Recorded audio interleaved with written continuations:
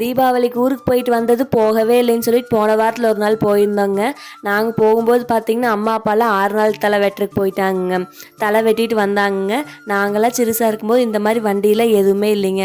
மோட்டரெலாம் எதுவுமே ஃபிக்ஸ் பண்ணாமல் இருந்துச்சு. சும்மா வெறும் வண்டி மட்டும் இருந்துச்சுங்க.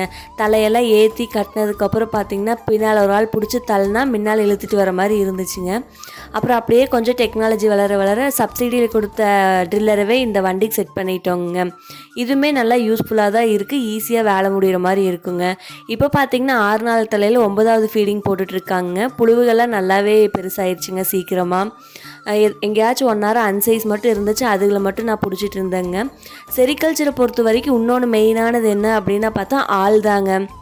நமக்கு ஆள் கரெக்டாக செட் ஆயிடுச்சு அப்படின்னா உண்ணாமே ஈஸியாக இருக்குங்க.